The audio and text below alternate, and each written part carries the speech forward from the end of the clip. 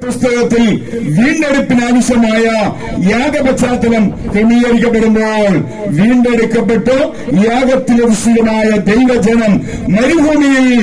തങ്ങളുടെ ക്രിസ്തീയ ജീവിതം നയിക്കുന്നതിനെ കുറിച്ച് സംഖ്യാപുസ്തകത്തിലും ആ ജീവിതത്തിന്റെ അവസാനം പാലും തേനും ഒഴുകുന്ന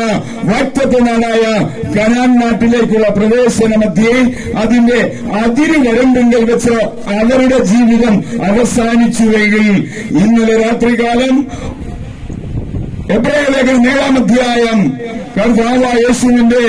മഹാപൗരോഹിത്യ ശുശ്രൂഷ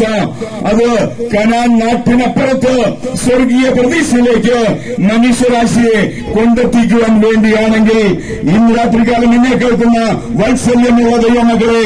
ലേവ്യ പുസ്തകം 16-ാം അധ്യായത്തിൽ മഹാപൗർയാവ ദിവസത്തിൽ മഹാപുരോഹിതൻ 2 ആടുകളുമായി സമാഗമ കൂടാരത്തിന്റെ പ്രാകാരവാതിക്കലുള്ള യാഗപീഠത്തിങ്കൽ വരികയും ഒരാടിന്റെ മേൽ കൈവച്ച് പാപം വഹിച്ച് അതിനെ മരുഭൂമിയിലേക്ക് പറഞ്ഞുവിടുമ്പോൾ മറ്റൊരാടിന്റെ മേൽ പാപം വഹിക്കുവാൻ തക്കോണം തന്റെ കരം വെച്ച് പാപമേൽപ്പിച്ച് യാഗപീഠത്തിങ്കൽ കൊല ചെയ്ത് അതിന്റെ രക്തവുമായി അതിപരിശുദ്ധ സ്ഥലത്ത് നിന്ന് കൃപാസനത്തിനും തളിച്ച് വിശുദ്ധ സ്ഥലത്ത് വന്ന് അലങ്കാര വസ്ത്രം മാറ്റി തന്റെ സാധാരണ വസ്ത്രം ധരിച്ച് പ്രാകാരവാതിക്കൽ വരുമ്പോൾ ഇസ്രായേൽ ജനം അവിടെ തടിച്ചു കൂടുമ്പോൾ അവരെ 2 കരം ഉയർത്തി ആ മഹാപുരോഹിതൻ അനുഗ്രഹിക്കുമെങ്കിൽ ഇന്ന് രാത്രികാലം എന്നെ കേൾക്കുന്ന വാത്സല്യമുള്ള ദൈവമക്കളെ, അതുമായി തട്ടിച്ചു നോക്കുമ്പോൾ കർത്താവായ യേശു മനുഷ്യരാശിയുടെ രക്ഷയ്ക്ക് വേണ്ടി എല്ലാം ഈ ഭൂമിയിൽ ക്രമീകരിച്ചു.